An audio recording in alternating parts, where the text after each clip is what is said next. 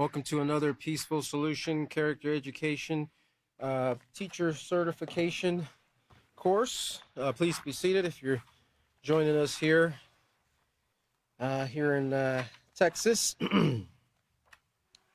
Hope everyone's had a wonderful rest of your week since our last class and braved through the cold.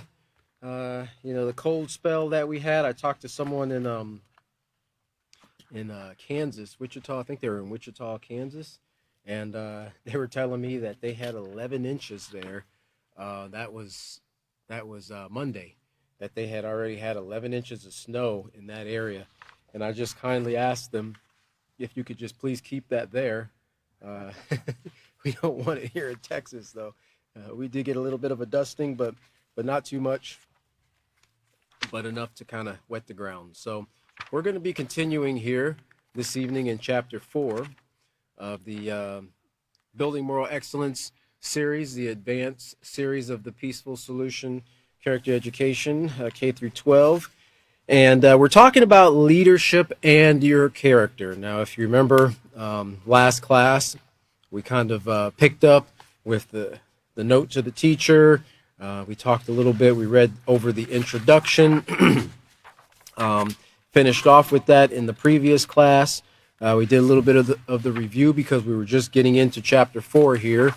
And we are still at this time in Procedure 2 of the procedures that we covered last class. And that's to read pages 145 through 146, which is the introduction, which we covered last class. And leaders are all around us, which is what we're going to cover in this class. Now, as I was mentioning before, in understanding what we're covering here is it's very essential in getting the student prepared to be ready to transition into adulthood, right? Because that's really what their next step is after they finish high school. They're going to be going out, and some of them might already have jobs, they might already have cars and things like that. They might, have certain responsibilities that are already underneath their belts, but to get to that full point where they're on their own, they're contributing, members of society and so forth, that's really the next step. So helping them to understand, not just from a standpoint of following leaders, but that they too are training to become leaders, especially with what they've been learning in the Peaceful Solution, right? Everything that they've been learning up to this point has been training them to become leaders, to become teachers of peace, to become those who are the solution to fixing the world's problems and not a part of mainstream society who are just contributing to the problems day in and day out. Not to point fingers or fault anybody, but by default, you're going to be a contributor to a problem when you don't know what to do to fix it. Even though it might not be your intention, they say, many bad things occur on great intentions, and if you don't know or have the knowledge on what to do to fix something, then you're probably going to make some bad choices. You're probably going to make some mistakes. And that's the stand that our society is in right now, because they don't have the consistent, continuous education presented to them so that they can make the choices to pull us out of the rut that we are in, sometimes economically, in our relations with other countries and so forth, where when nations and leaders, we're to get into leaders here, when they start throwing words around, like nuclear war and, self-defense and first strike, well, we've got a breakdown, right? We've got a breakdown in our global society, and the citizens know, they can see these things because they're the ones that are basically feeling the brunt of all these conflicts, right? They're the ones, when you look at Yemen and Israel and Palestine and Syria and Lebanon and those types of places, and there's places in Sudan, and we talked a little bit about Haiti and Russia and Ukraine. it's not just the military personnel that are bearing the brunt of these things. Yeah, they're at the forefront, but really it's the citizen. It's the people who are not out there fighting, who really do want peace. And they probably are in hopes that their military will bring them peace, but war has never brought peace. It's never brought true peace. The person who might have the biggest sword might bring about a cessation of war for a time period, right? Because you came to the field with the bigger sword or the bigger weapon or the bigger gun or whatever. But that doesn't bring peace. It doesn't change the heart, and it doesn't change the mind. It might change the strategy, until they can regroup, ally with other countries and nations, and then come back again. But it doesn't change the heart to get the people, the leaders and the citizens alike, to thinking, hey, let's actually try to work this out. Let's find a solution, because otherwise, the way we're going, we're going to end up wiping everybody off of the globe. And that's where we're heading right now. And then you see the nations, they're building up bigger, stronger, faster, unstoppable weapons. Well, that isn't to build up the agriculture. They didn't make these things so you can till the earth in like 3 seconds. They're making these things in hopes that they can wipe out their enemy before their enemy wipes them out. And even President Vladimir Putin said in a speech and address one time, he says, I know once we cross this line of nuclear war, there are going to be no winners, including us. There will be no winners. Well, at least he has the mindset to know and understand that there are no winners in war. And just like Pastor's father, he heard in his saying, two wrongs don't make a right. Two fighters don't bring peace, unless you're both fighting for peace, but not fighting as in a war, fighting for peace, but working together, struggling against adversity, not using your fist or your authority to push a button to launch a missile.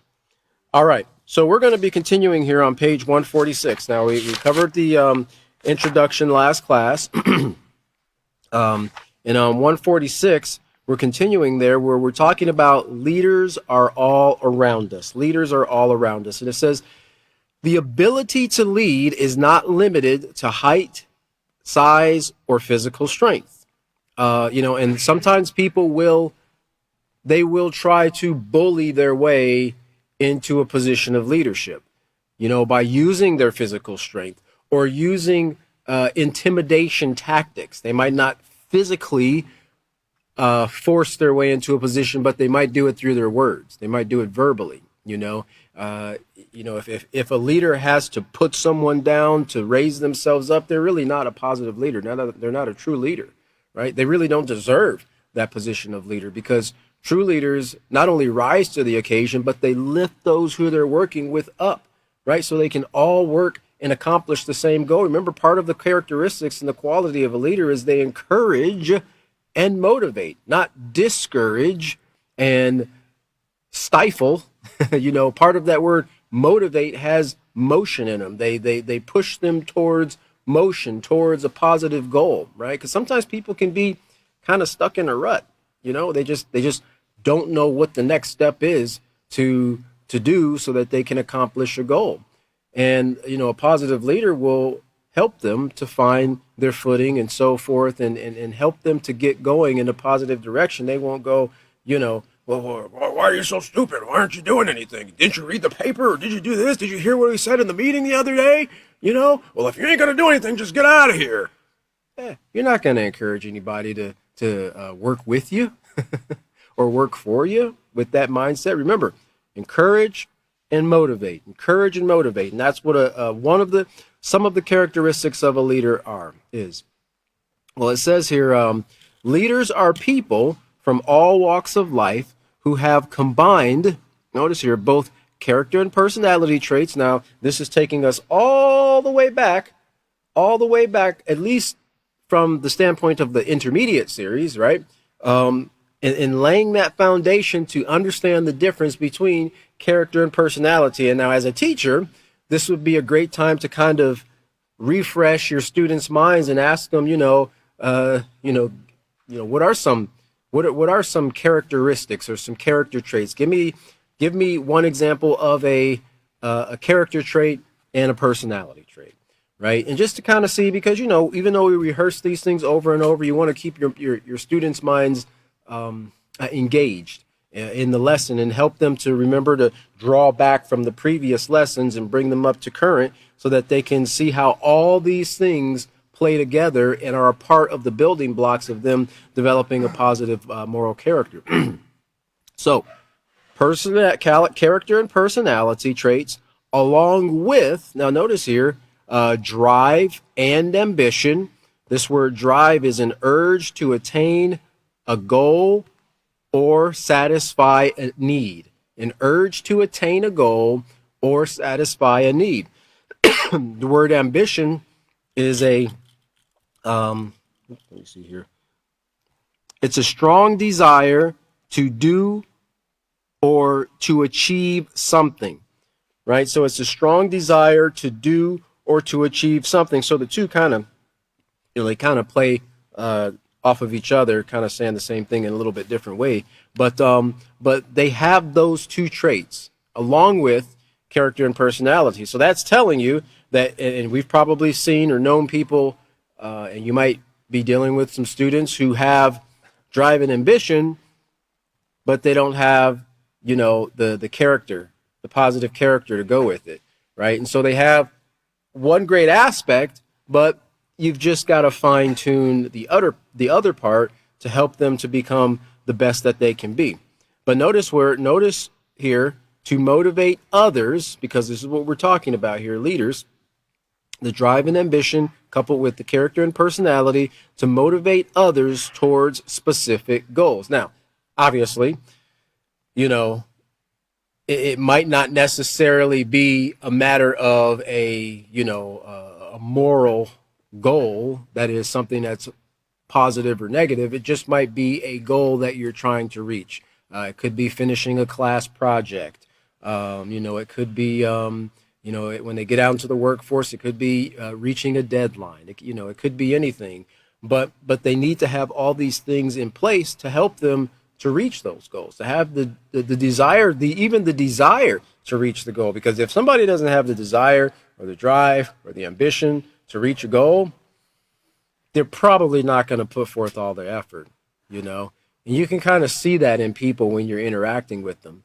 And even if they do have the drive and ambition, but they don't couple that with the positive character traits, then they might do things immorally to accomplish that. In other words, cheat. They might actually try to cheat or go around protocol or procedure or the rules just to reach the goal. So this is why all of these things are an important or integral part of leadership. So continuing, it says, leaders can be male or female, young or old, rich or poor. There are world leaders and leaders within your state and community. There are leaders within the field of science, politics, and business. There are leaders within the world of art and music. And there are leaders within your family and school. In short, leaders can be found in all areas of life. And if we just think back from our youth all the way up to now, we can probably name, many leaders, outside of even our own immediate family, when we really think about it. And then this is what gives the students here on number 5 here. Now, this could be assigned as homework, but, you could also do it in the class, time permits. And this is on identifying leaders in the following areas. And then the first question here is, who are some leaders in your school, right?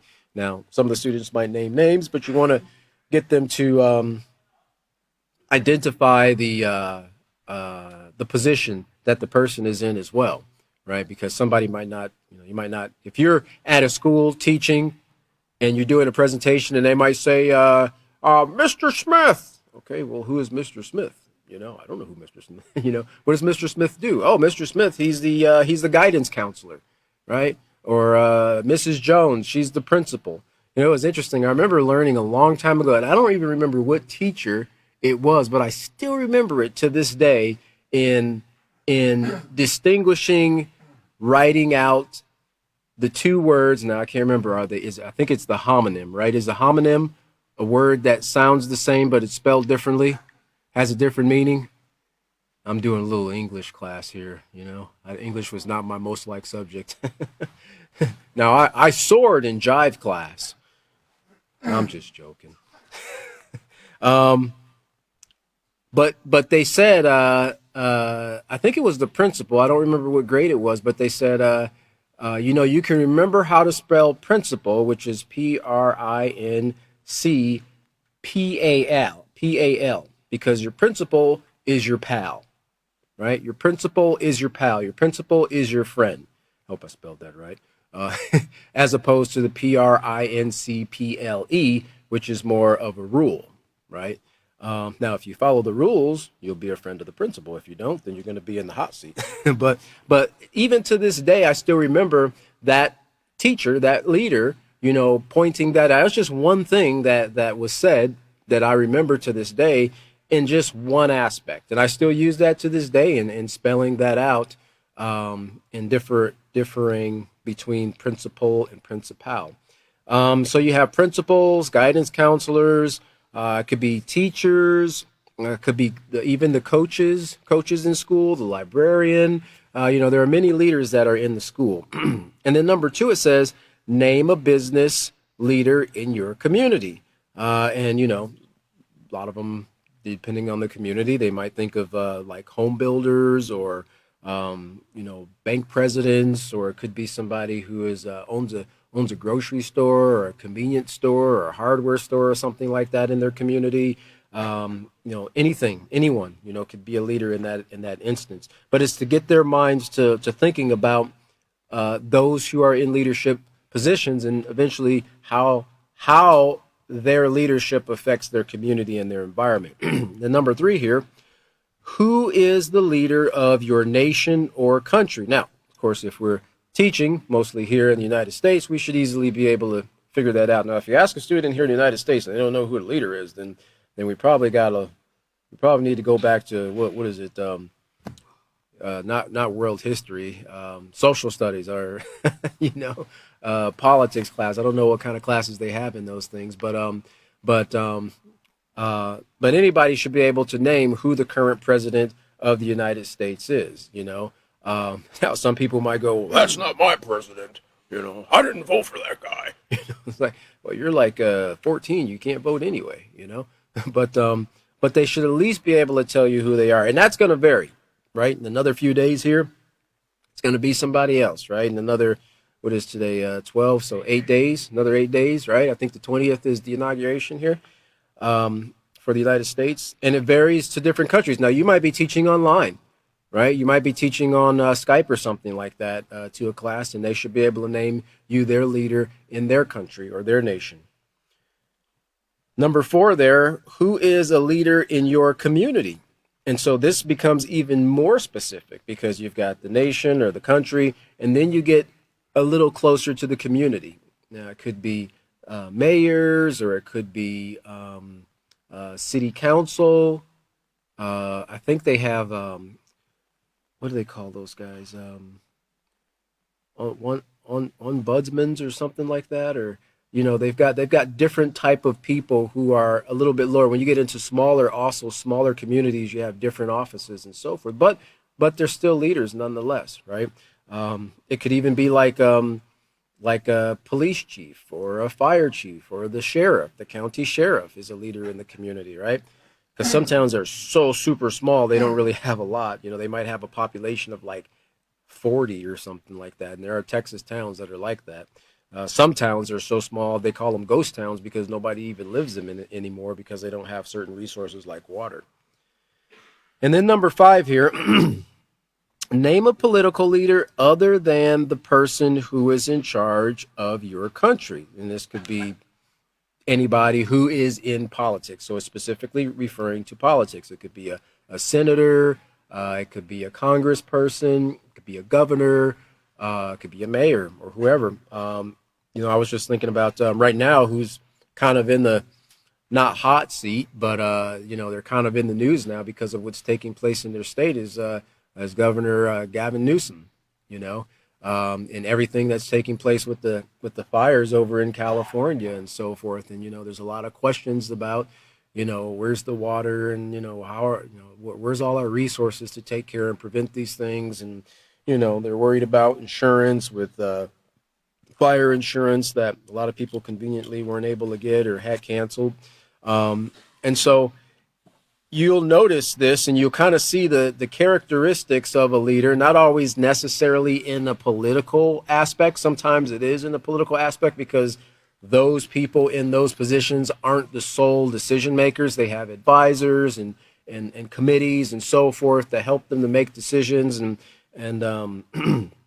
even like city council makes certain decisions, even with the president. The Congress and the Senate, they've got to sign off on things, and then he can finally put his signature. Sometimes there's things he just can't do. He has to have the approval from Senate and so forth. But generally speaking, you kind of see the kind of person a leader is when they're faced kind of with a crisis situation, an emergency situation. And this is if you look through the annals of history, and you can see when maybe countries were going through different crises, economic crisis, natural disasters, resources, a lack of resources. We had like oil embargoes, and there was a time in the 70s when oil was running dry, and people were trying to get gas, and gas stations were drying up, and so forth. And leaders made certain decisions. I think it was Ronald Reagan was one of the leaders that when the who was it? No, Ronald Reagan. When what are those guys that control tower? What are those guys in and they went on strike, so we just fired them all. Fire them all and put new ones in there. We got to keep the nation running. And so sometimes people just kind of make impulsive decisions, and they're not always popular decisions, but I'm sure that they're thinking about something more grandeur than just, hurting someone's feelings. So, but this is where you can kind of see the skills and the characteristics of a leaders when they're faced with these types of crisis decisions that, situations where decisions have to be made. All right. So let's continue on here. Let me see here. Let me go back to, let's look over here to page 147 under Think About It. It says, someone once said that the world is made up of two kinds of people, followers and leaders. A more accurate statement would be that the world is made up of all kinds of people who have the ability to learn to lead. The ability to learn to lead. So, a leader, a true leader, would never look down on someone because they have not developed that ability yet, right? Or because they just don't want to be in that position. I've worked with and I've talked to some people, they don't want to be in a leadership position. They just want to come in, do what they're assigned, and then go home. And there's nothing wrong with that, right? There's absolutely nothing wrong with that. But a leader won't go, well, you're just an hourly worker, or you're just, this person or that person. And I'm the leader. I'm the big wig. No, they would treat everybody with respect. They would treat everybody with the utmost care and concern because they're a beneficial contributing member to that team. And they would encourage them. Sometimes you can't encourage people because they have really, really, really, really great skills, to kind of rise to the occasion. Sometimes they just have to see it in themselves. Some people do struggle with, a poor self-concept, an unhealthy self-concept, and that's why they don't ever see themselves being in those positions. But a great leader will see those strong characteristics, and they'll work, not force the person, but they'll work with the person to get them to see, hey, you have some really great traits and you can really benefit the company or the team even more if you were in a position of leadership. And that's one of the things I remember the author saying, about being a leader.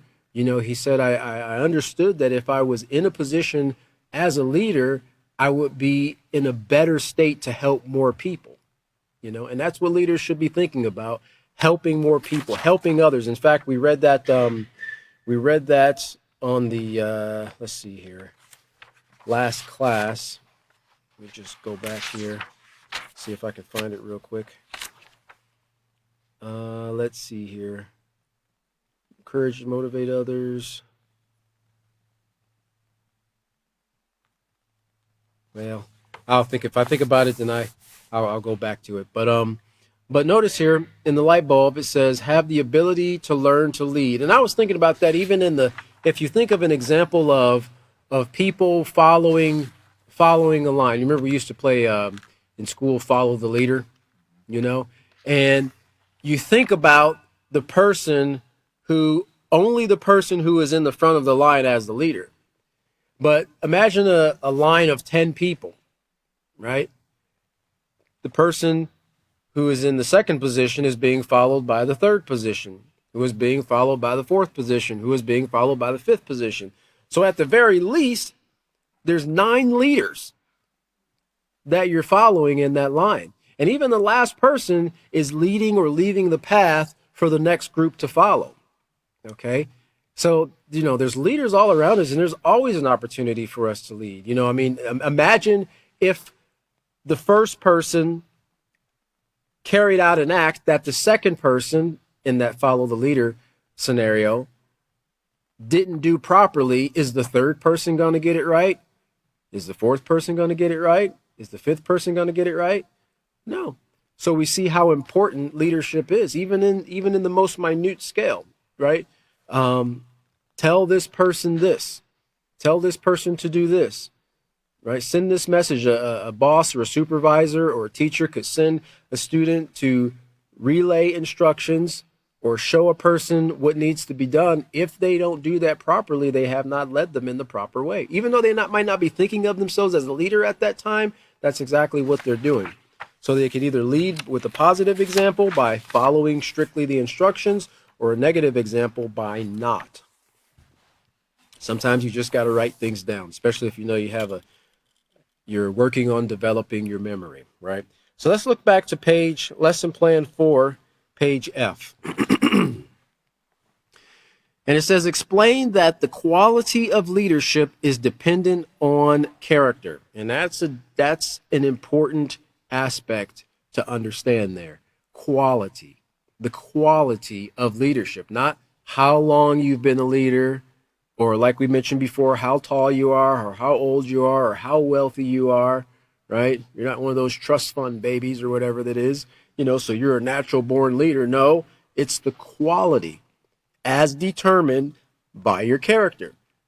Now, just because you are a certain age, or, are number one or tops in your class because you have the best grades, it doesn't automatically mean you have a positive character. You don't, unless you've been taught it, you accept it, and you consistently put it into practice. Leaders with a positive character who uphold moral principles will be positive and effective. Right? Remember that word effective there we covered last class, which means successful in producing a desired result. Successful in producing a desired result. Negative leaders, on the other hand, promote immorality and take advantage of their followers in many ways. And you see this a lot, even a lot more now than I ever remembered when I was in school. You have a lot of people who are in teaching professions, coaches, both male and female teachers, who take advantage of their students physically.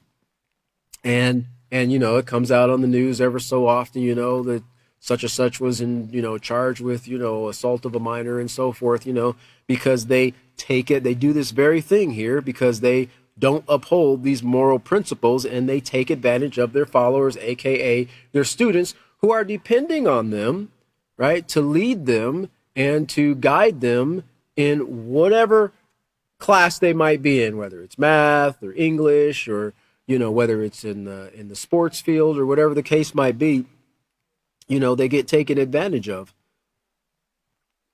Have students turn to page 148 in their handbooks and read the section entitled The Deciding Factor. Now you can assign the exercise found on pages 150 through 152 as homework, or allow time for students to complete in the class as time permits. Discuss the answers of at least one of the positive and negative examples of leadership.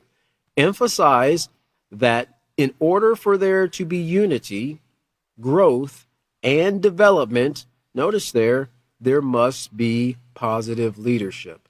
In order for there to be unity, growth, and development, there must be positive leadership. And I'm telling you, you can see that.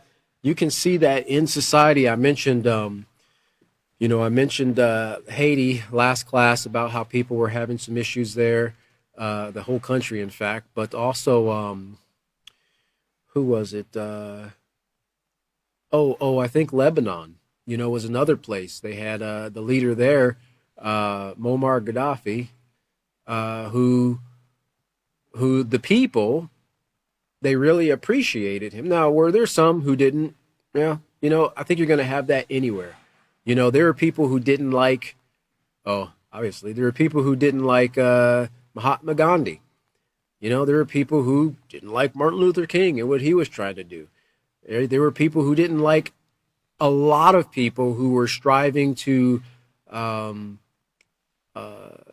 build morality in their community, make things better for their constituents or the people that maybe they weren't even necessarily their people, because they weren't in necessarily a political leadership spot, but they cared enough for the people because they saw their suffering. They talked to a lot of people, they heard what they were complaining about, so they was like, hey, we need to do something about this. If we don't, things are going to stay the same. So they started kind of a movement, so to speak, a positive, peaceful movement. In a lot of cases, there's positive, peaceful movements, but people who are on the other side, you're always going to have somebody who is against morality.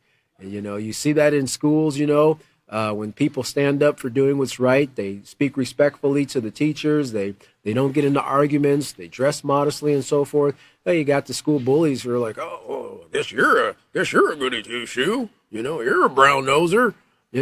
Like, no, I'm just trying to do the right thing. But that's looked down upon in society. Why?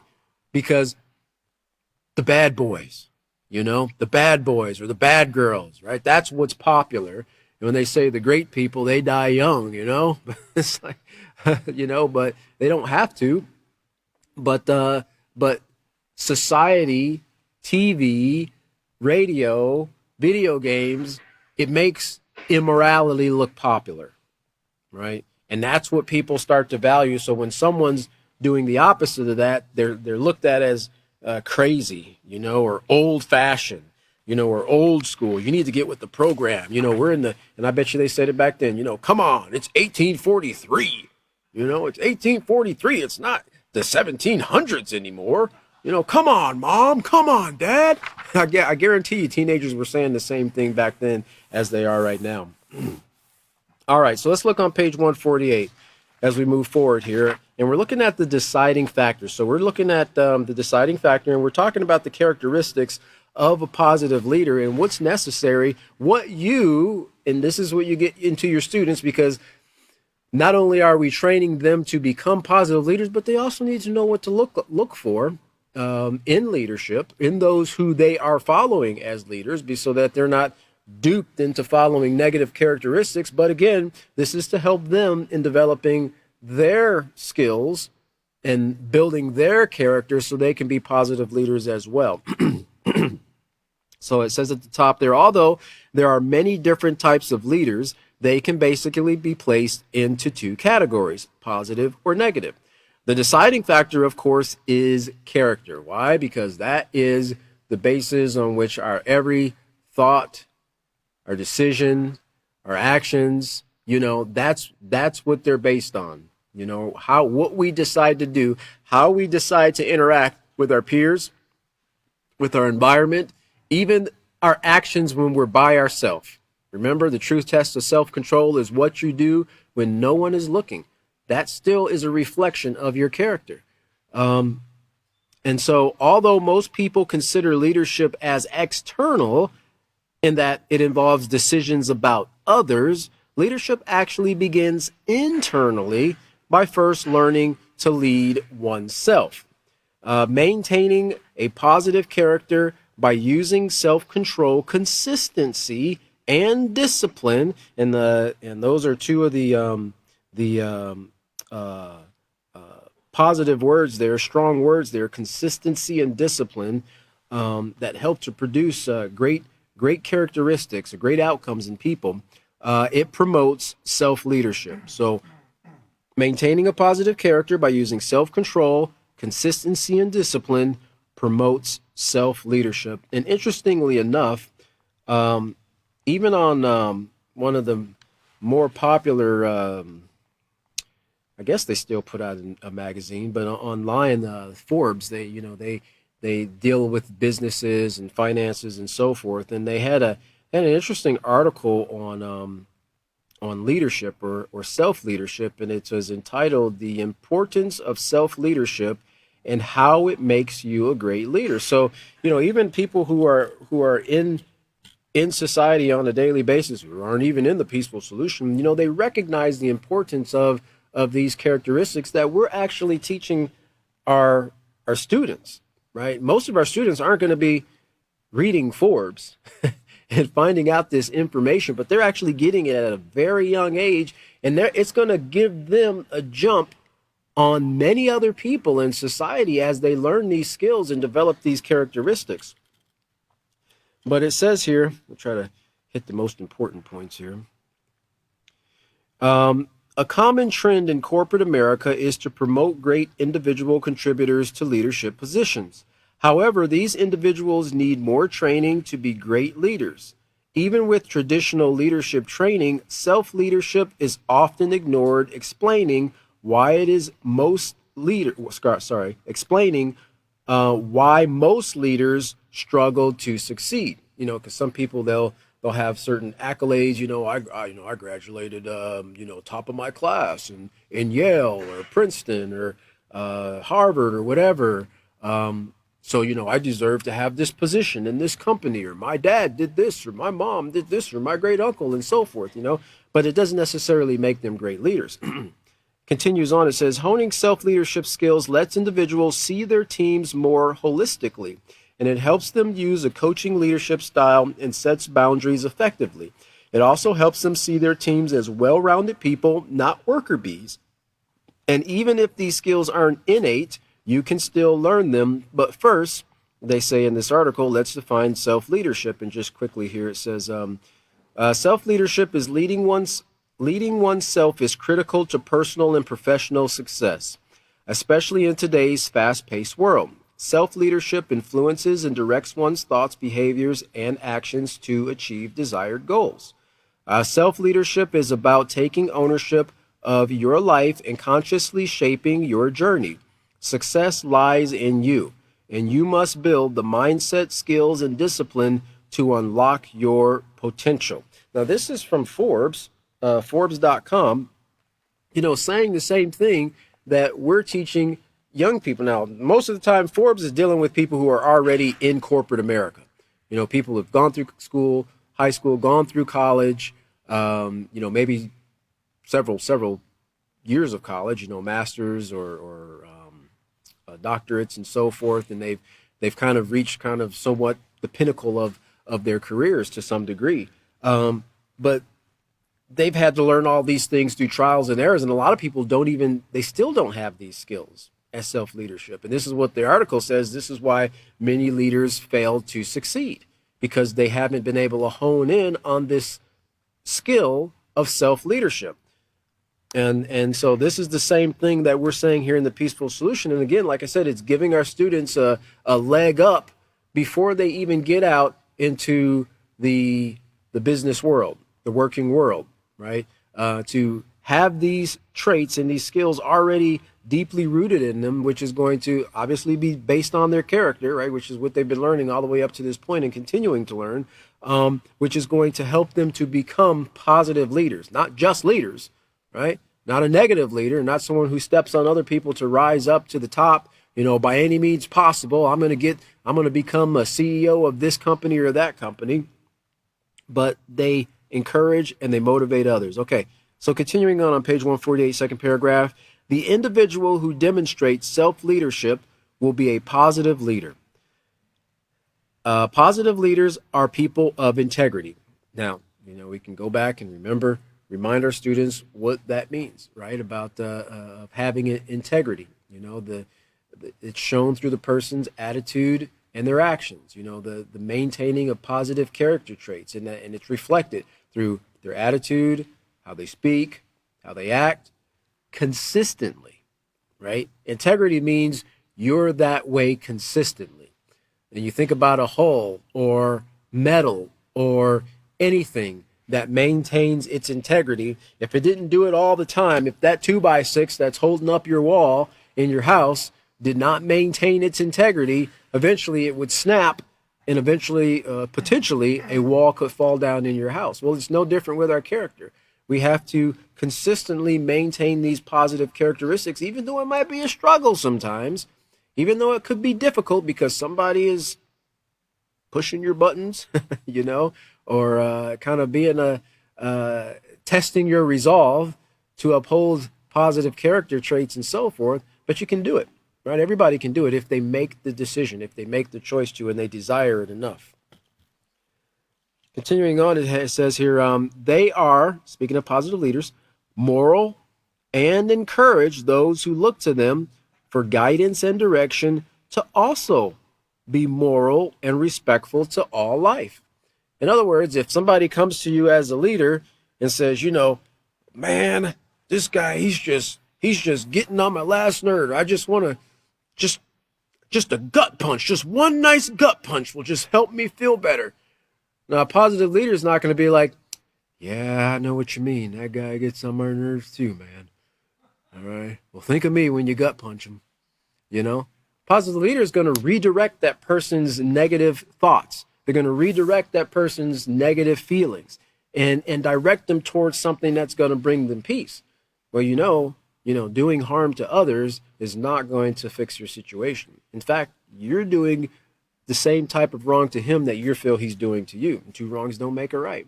So you kind of have to learn to de-escalate. And we're going to learn about that as we move forward, because one of the characteristics of a positive leader is they know how to mediate, right? And mediation is very important. But you're going to encourage them or direct them to also have moral and be moral and to respect all life. So you're not going to be in agreement with somebody's negative, mindset, because sometimes they'll come and they'll want to unload on you, right? Because they're frustrated. They might be dealing with a person, or they might be dealing with a situation. And it's your job as a leader. You acknowledge their frustration. Them being angry is not necessarily a negative thing, but you acknowledge it. Now you've got to redirect their thoughts, right? Because sometimes when people are caught up in emotions, they're not thinking clearly, and they're coming to you, which is a sign that they're obviously looking for guidance. So don't be in agreement with their negativity, especially if they, are talking about doing harm to someone, or just, wanting to damage something, redirect their mindset, especially in dealing with your students, because they're still making a lot of decisions based on emotions. Remember, it's not until about 25, 26 to that frontal lobe or whatever is developed enough to where they can be a little more rational thinkers.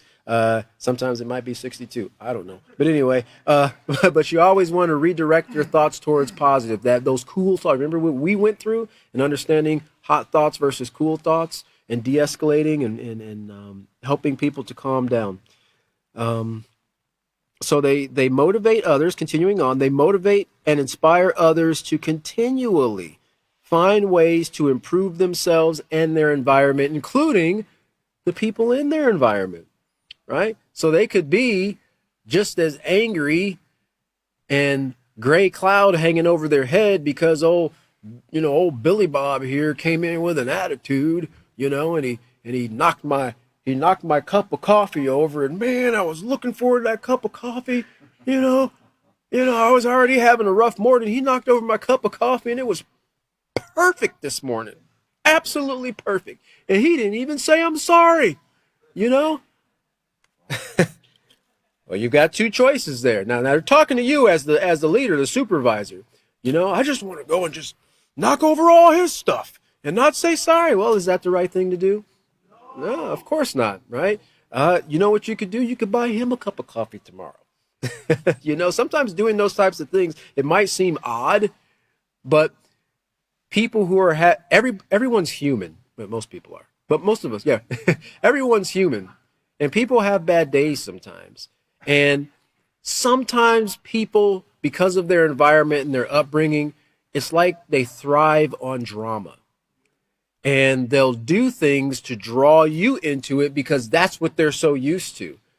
But if you don't respond in a dramatic way, but in a positive way, you can actually start redirecting their mind, right? To start thinking a little bit differently, to even possibly get them to start evaluating themselves, because they're so used to everybody responding negatively. But here's somebody different. You don't ever get upset. You never scream at me. You never retaliate at me. What's your problem? People are like that, because they're so used to seeing that in their environment. And then when you're like, well, I don't see a need to do that. I mean, apparently you're having a bad day. Why should I make it worse? At the very least, I want to at least help you have a better day. Well, that's odd, man. That's just weird. What do you mean help me have a better day? Well, yeah, I took this class called The Peaceful Solution, many years ago, and that's what it taught me. So it's so amazing how just little things like that can actually start to change a person's mind and their view on things. And they just have to be shown it or taught it. So they motivate and inspire others to continually find ways to improve themselves and their environment. In addition, they set goals that are beneficial and advantageous and encourage others to do the same, right? So it's not like a leader just, they learn great things, or they have great intentions, or they have great goals, and they keep it all to themselves. No, they help other people, right? Because if it's something beneficial for them, why wouldn't they want to share it with other people, right? Like I found a way to, do something faster, or if you're, or maybe it's a math problem. I found a way to learn this math problem or solve this math problem a little easier. So you start sharing it with people in your classroom and so forth. The student might try to do that and help them as well. Because they care. They might see somebody else struggling with math in that particular way, and they want to help them to learn so that they can grasp the lesson and get a great grade and pass and so forth. All right, so let's look down here on this list of character traits that defines a positive leader. And the first one there is moral. A positive leader acts in strict regard for what is right and proper behavior. Now, that key word there is strict regard. Strict. Oh, you're too strict. You won't ever break the rules. Rules are made to be broken. No. Rules are made to keep us safe. And if we break the rules, then we remove the safety, right? But they act in strict regard for what is right and proper behavior. And that also demonstrates care and concern for other people. Because it can be that one time, just that one time, when the rule is disregarded, the behavior as a result, because the rule governs the behavior is not proper, and the consequence brings harm to the individual or to others, or possibly both, okay? And you can't go back and undo it, right? You have to deal with the consequence as it occurs, and sometimes it takes a while to rebuild and fix the problem, but you can't undo what's already been done. And that reputation of you not following that rule and not being strict or consistently following that rule, well, there you go. There's a notch for you. A positive leader is also humble. A positive leader accepts that he or she does not know everything, right? And it can be that sometimes people have this false perception that because they're the leader, if someone comes and asks them a question, they got to have an answer. You know what another answer is? I don't know. I'll find that out for you. If a person comes to you as a leader and they say, what's the chemical composition of sodium hydroxide? And you just feed them some line, sodium hydroxide, best I can remember from 12th grade chemistry class, it's made of a whole bunch of a combination of constituents of chemicals that bubble together, and they're going to know you're feeding them a line, right? And you know what's going to occur? You're going to lose the trust of the people who come to you because it's okay if you don't know. People understand that you don't know everything, but at the very least, as a leader, you can find out. Sometimes it might be going back to a book. I mean, even us who are teachers in the Peaceful Solution, we might not immediately have the answer. We can say, well, let me go back and check in the book. Sometimes we message or we text other teachers and say, what was that? Where's that at in the book? Or what was that quote or that statement, right? We know where to find the answers. And that's also a part of the characteristics of education, right? Being educated, at least knowing where to go to get the answers. And a positive leader, they'll understand that, hey, one of the comments said, one of the quotes was, a wise man knows that he doesn't know everything.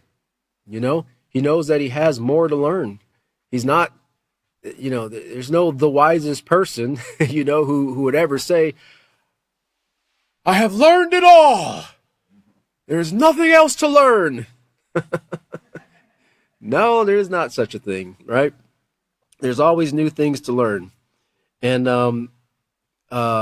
a person who is humble will always be open to learning new things because they continually expand their repertoire of knowledge, so to speak. Okay, they're open to suggestions. You're here to work, not to give me your opinion. No, they're open to suggestions. That doesn't mean they have to necessarily put that suggestion into operation because it might not be advantageous at that time. But they at least will hear the person out because they might have a really great idea. Okay, but if you always shut people's ideas down, then they'll stop coming to you. And really, when you're working with people who are in the field dealing with things up close and personal on an everyday basis, that's the input you want.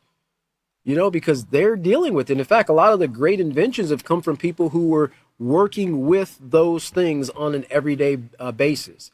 And they made tweaks to certain tools and parts, parts they always saw failing. So they worked in the machine shop. So they modified them to make them better and so forth.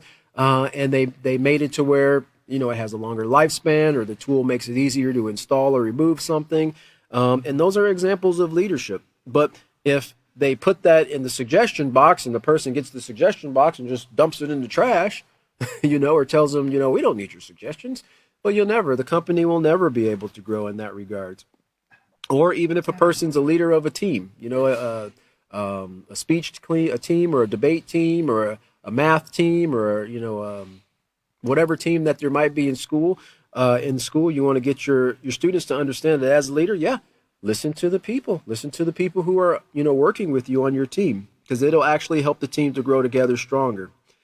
Now, if they make a mistake in judgment, they accept responsibility for their actions and learn from their mistakes. Notice there, they accept responsibility, another positive character trait, being responsible. They don't go, well, if it wasn't for my team, if it wasn't for my team, they accept responsibility for their mistakes. Now if their team makes a mistake on their own, well, that's on them. If they didn't follow the instructions, well, that's on them. As long as you taught them, as long as you showed them, because as a leader, you're responsible for showing them what's right and what's wrong. They're also respectful.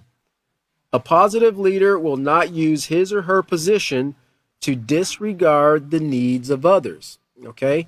They'll consider, they're always, because part of care, part of respect is to recognize the value or the importance of people and their belongings and to treat them with consideration care, and concern.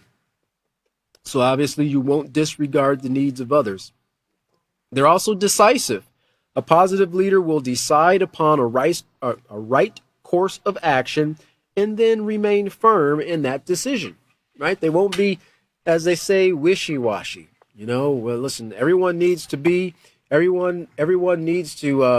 study for this homework, because we need to make sure that we pass this class. Or sometimes, in high school, they'll have people team up and they'll have to do a science project or something like that. And there'll be a group of people, maybe 4 people or so forth, and they'll pick a leader, and they'll say, okay, in order for us to accomplish this, we have to put so much time in this every day, right? Well, do we have to? Well, we got the game, we got the basketball game or the football game, or, they got the new ice cream parlor opened up down the street, well, listen, the ice cream parlor is going to be there. This class is only going to be for a short period of time, and I'd like for all of us to pass it.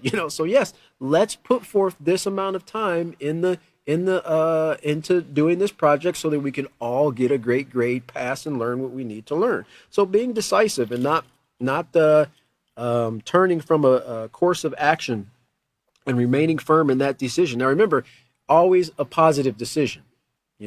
Never a negative one, but always a positive one. They're optimistic. A positive leader is able to spur others on even in the face of adversity. Now, it's just a statement. Don't wear your boots with spurs on them, That'd be popular in Texas, get you in order there, just use the spur on them, but they encourage. Remember what we talked about, those 2 words, to encourage and motivate, to get them moving in a particular direction. But they spur others on even in the face of adversity because of an optimistic attitude. Because there's going to be adversity, there's going to be down days, there's going to be, somebody's got up on the wrong side of the bed, or whatever. But you continue to push them in the direction that they need to be, and not take on that same negative energy or that same negative vibe, because it can spread like gangrene, that's for sure. And if the leader goes downhill, boy, man, it just seems like everybody else just kind of lose hope, Well, what's the use? They're also determined. A positive leader puts forth genuine effort to accomplish a task once it has been decided upon. So you see how all these things, they're decisive, and then they're determined to stick with it and accomplish the task once it's decided upon. They're also flexible. A positive leader is willing to adapt to new ideas once he or she has determined that they are beneficial. Now, where's those ideas going to come from? It might come from your team. But what occurs if you don't listen to suggestions? Right? Your teacher, your team could have suggestions, 1 or 2, or maybe all of your team might have suggestions that could actually make the task that's at hand flow a lot smoother, maybe even a lot faster, maybe even take us to the next level, right? But you say, nope, we're going to do it my way or the highway. And so you might get it done, but it might take you 3 or 4 times as long, and it might not be as great. So they have to take into consideration different things and listen to the suggestions and go, you know what? I never did think about it that way, but now I see what you're saying. Yeah, I see how we could actually make this go a lot better, go a lot faster. Thank you. Thank you for contributing. And it'll also encourage people to want to, be more, active in the team, be contributors to ideas and so forth. They're also compassionate and considerate. A positive leader shows concern for the health and well-being of others,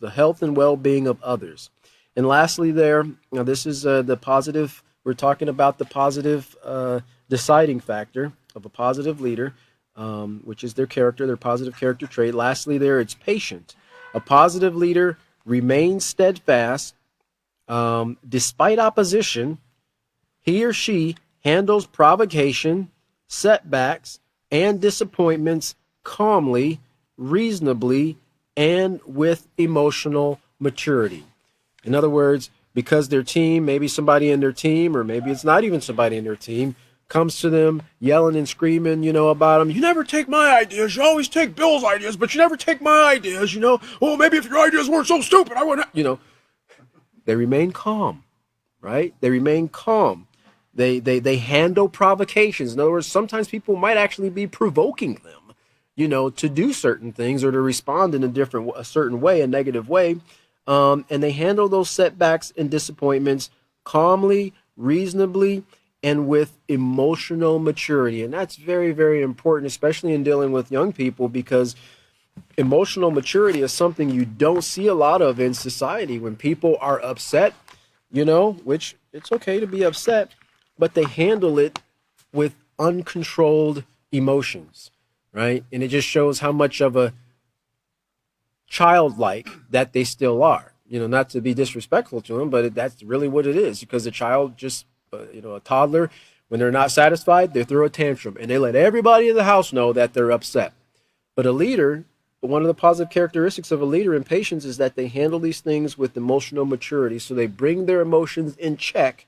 Sometimes they might have to take a deep breath, and say, listen, I'll get back to you in a little bit. Let themselves go and calm down, maybe talk to someone, and then come back and respond in a way that's appropriate. Okay. And so these are the skills that we're wanting to develop in our students as we prepare them on the road to adulthood here. But for now, we're going to be stopping here on page 148 and picking up on page 149. Our next class will be this upcoming Wednesday, the 15th. Again, it's going to be at 5:30 p.m. Central Standard Time. Our next teacher should be David, and we'll be picking up on page 149 on the other hand. Everyone have a wonderful evening, and thank you for joining us.